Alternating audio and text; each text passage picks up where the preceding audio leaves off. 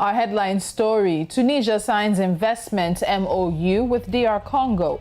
Now, following the Tunisian Economic Business Conference, which recently took place in the Democratic Republic of Congo, Tunisia's AFI has signed an MOU with the D.R Congo's National Investment Promotion Agency for industrial zone development. What are the details? How will this play out? And what will be the benefits for both countries? This is our focus today.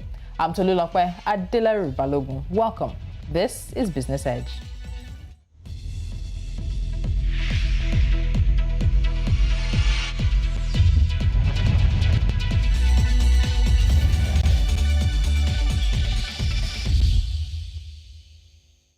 It's a handshake across borders as Tunisia's Industrial Land Agency, also known as AFI, will partner with D.R Congo's National Investment Promotion Agency. Now, under the agreement, the AFI will make its skill available for the development of industrial zones in underdeveloped or undeveloped locations in the Congo through their delineation, the realization of studies, and the presentation of projects in the land field. And the International Land Company of Tunisia, which was created in 2018, allows the agency to export its expertise and its various components, including housing, industry, and technology, to boost the Congolese market. The AFI will initially choose 4 sites in Congo, which include a site in the capital and 3 others outside of it, to take the first steps to define the industrial land before designing the feasibility study and the field of subdivisions, as well as the connection to road networks, drinking water, and electricity. This bilateral cooperation aims to promote projects in the areas of processing industries, craft, small trades, and services in D.R Congo, as the two sides are committed to working together to improve investment and projects in the industrial land sector of both countries. Now, joining me from our news desk right here in News Central is our business editor, Nasir Afolabi Agbalaya. Nasir, welcome again to Business Edge. Thank you so much for joining me. Great to be here. All right, so let's look at this. We see that Tunisia and the D.R Congo are not two names you would normally hear of when it comes to a partnership or even a collaboration. And they're not the names that many people would have expected. What do you think is the motivation behind this agreement, behind the MOU? Well, over the past decade or two, D.R Congo has been looking internally and locally to try and change the narrative surrounding her. Well, first, she has been having more discussion with mining firms about their being a bit more responsible in the communities. And apart from that, D.R Congo has gone around to many foreign partners to ensure that a part of the loans they had with those partners and also get more assistance from them. By and large, Tshisekedi's government has truly worked to try and reduce poverty in the D.R Congo.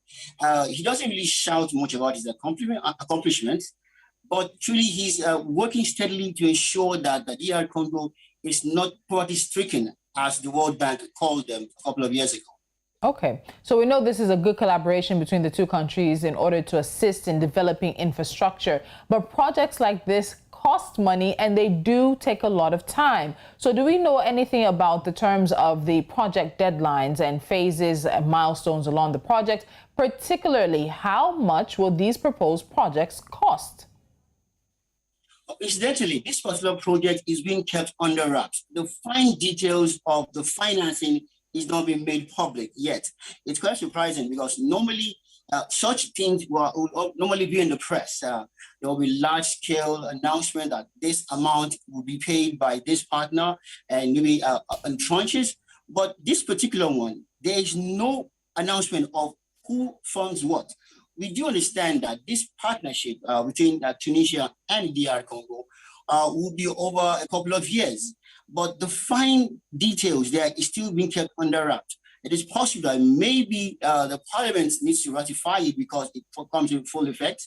So maybe after that agreement with all the lawmakers for both countries agree to it, maybe then they'll let us know who pays what. We do understand that Tunisia might be putting part of the funds down to ensure this is a reality.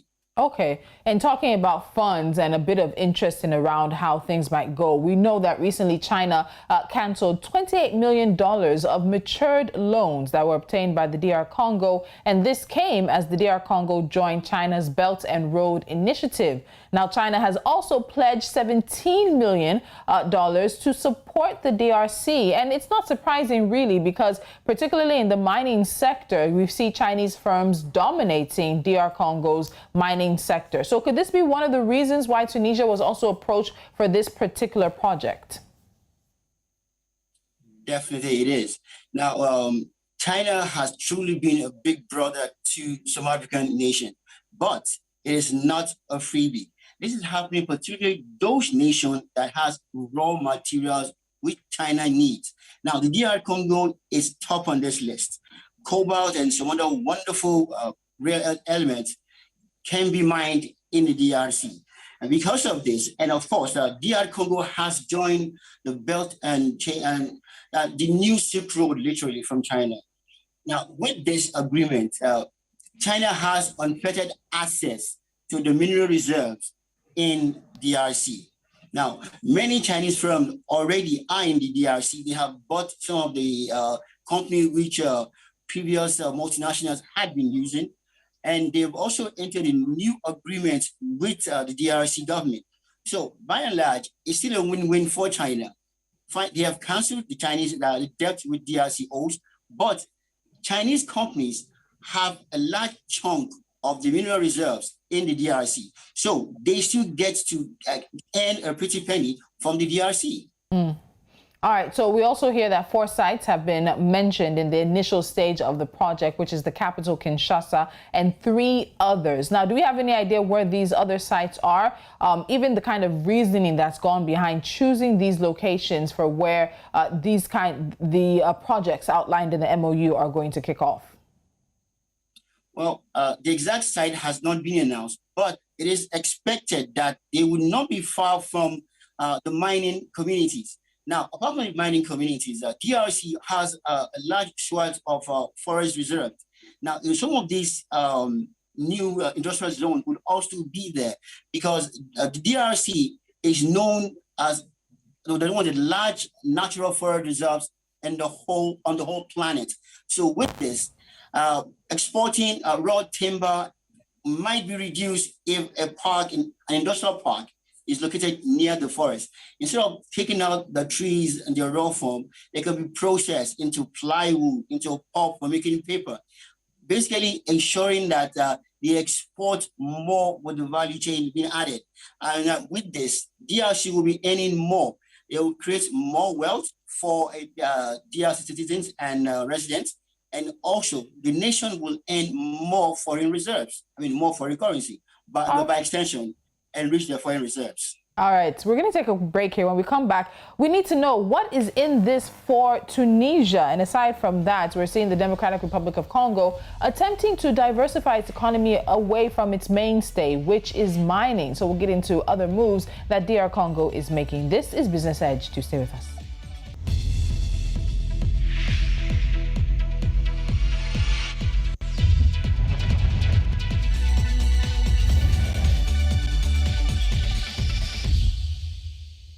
This is Business Edge, and we are talking about a Memorandum of Understanding signed between Tunisia and the Democratic Republic of Congo. My guest is the business editor for News Central, Nasir Agbalaya. Now, Nasir, the AFI, which is the International Land Company of Tunisia, was just created in 2018, and they have a remit, and they have a lot of money to do some interesting things, to export expertise and various components, which include housing, industry, and technology, to not just Congo. Right now, this deal specifically mentions Congo, and they're also going to be using their skill to help the DR Congo develop industrial zones. But in the long run, we still also have to ask the question, what is in this for Tunisia? What does Tunisia stand to gain from this agreement in your estimation?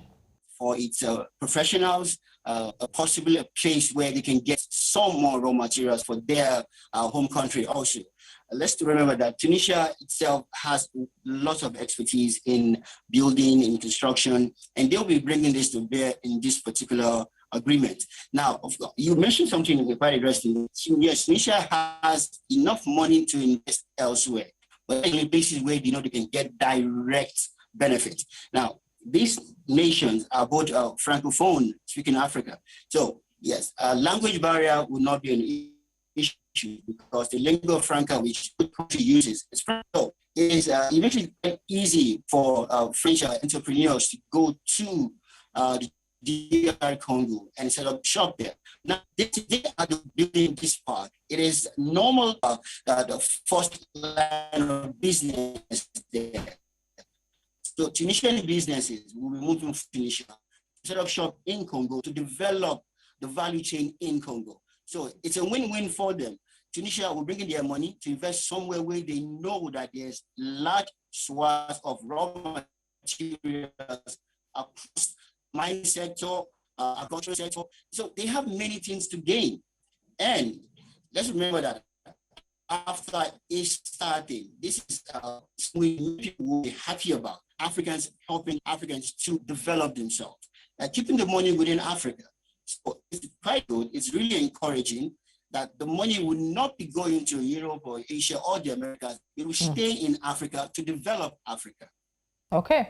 So we know that the Democratic Republic of Congo is the largest country in terms of landmass in sub-Saharan Africa. It's actually second to Algeria on the continent. And we also know they have a population of well over 100 million people. This large workforce is large enough. It's a large enough market for any good or service. And having a well-trained workforce can also serve as another means of earning revenue in terms of FDIs, similar to what India and China have been doing. So the question now remains, what has the DR Congo been doing with its workforce up to now? We know the majority of people, unfortunately, are working in the mines in one way or the other. But in terms of really putting money and investment and upskilling into its workforce, what has the DR Congo been doing?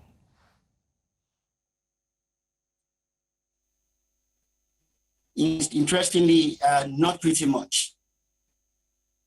That is why taking a deal like this is really essential.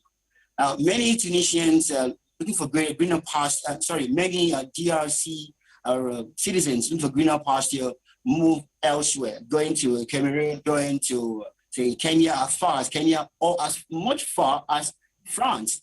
But with an agreement like this partnership will ensure the skills that they need to develop their country can be learned within their country. So with this, they will be able to improve themselves and improve their country. So yes, it is possible if it is to the left that within 5 years. All right, we're having some technical difficulties there connecting with our business editor, but looking at the Memorandum of Understanding signed between Tunisia and the DRC. And just quickly, for your information, let me quickly take you back on what that MOU is all about. Basically, as I said earlier, it's a handshake across borders, and you have the International Land Company of Tunisia, which was created in 2018, which will now be sharing its expertise with Congo, particularly with the DR Congo's National Investment Promotion Agency. So the AFI, that's the International Land Company of Tunisia, will use its skill to help the DR Congo develop industrial zones in undeveloped locations of the country, which include the capital Kinshasa and 3 other locations. They will also export their expertise to the DR Congo with various components, including housing, industry, technology, and more. So 4 sites are being chosen, Kinshasa, the capital, and 3 others, but the details are still a bit lacking, unfortunately, as to where the sites are and sort of the reasoning behind the sites. But in choosing those sites, there will also be a feasibility study, a file of subdivision, as well as connection for road networks, drinking water, and electricity. And you know, any massive infrastructure or development project will always bring money into the economy. So jobs are going to be created, both direct and indirect as well. We also know in recent times, China canceled $28 million worth of matured loans that were obtained by the D.R Congo, since the country has now joined China's Belt and Road Initiative, and it has pledged $17 million of support for the DRC there. So as we wrap things up, just a bit more information for you that makes this quite interesting. Now, the DRC shares its borders with 9 countries, which allows it to become a regional platform. That has not been exactly happening as of now, but hopefully with some of these moves, we'll see the DRC use its natural location, its natural endowment to be able to do more for its citizens. And also, we'll be wrapping up with this. So many of us know about the DRC in terms of mining and how much material and resources come out of the DRC that go into smartphones and things like that. The DRC, in terms of cobalt, produces large quantities of copper, diamonds, gold, and oil, as well as tin, tantalum, tungsten, and zinc. According to the U.S. Geological Survey, the DRC is still the world's leading source of mined cobalt, supplying more than 1/2 of the world cobalt mine production. And mining has been a source of conflict, unfortunately, in the DRC for a number of years, but we're seeing moves by the country to diversify away from what has been the mainstay of the economy. Will she do well in exploring other avenues and revenues of other avenues to generate revenue in the country? Those will be conversations for another day. So as we wrap things up, let's quickly give you NC4 to watch, and we will be right out of your way. We start with this. Expat Web's Critical Skills Survey 2020-2021 showed 77% of organizations are struggling to recruit and obtain critical skills in South Africa for their local and cross-border operations. Now, according to the latest survey, the top 10 skills businesses were struggling to recruit include engineers, 18%, ICT, 13%, foreign language speakers, 10%, media and marketing specialists, 9%, artisans, 8%, C-suite executives at 7%, senior financial executives at 6%, health professionals and related clinical sciences at 5%, and you have science professionals at 4% and accounting at 1%. Nexum to fund export for women and youth with 10 billion naira, and that comes in next, where we have the Nigerian Export-Import Bank announcing a 10 billion naira export facility for women and youth to enable them to take advantage of international trade opportunities. This was disclosed by the Executive Director of Business Development for Nexum at the presentation of the Women and Youth Export Facility. We move now to the East, where Kenya is seeking extension of the debt service suspension initiative to June 2022. This will give her a 1-year extension from the earlier granted June 30th, 2021 debt suspension secured in January. Now, besides the relief under the DSSI, the country is also looking for new limits to access IMF funds through the reallocation of existing special drawing rights and the allocation of new special drawing rights. And finally, Morocco's Ministry of Energy, Mining and the Environment, as well as the ministry in charge of Moroccans residing abroad, have signed a partnership agreement with the Research Institute for Solar Energy and New Energies to mobilize Moroccan skills in the field of green technology. The convention aims to mobilize the sharing of expertise and knowledge in renewable energies and optimize its impact on the national economy. And that's today's show for you. Don't forget that you can make your way to our YouTube channel as well as our website if you've missed any of our business and financial conversations from here on the continent. Until next time, I'm Tolulope Adelaru Balogun.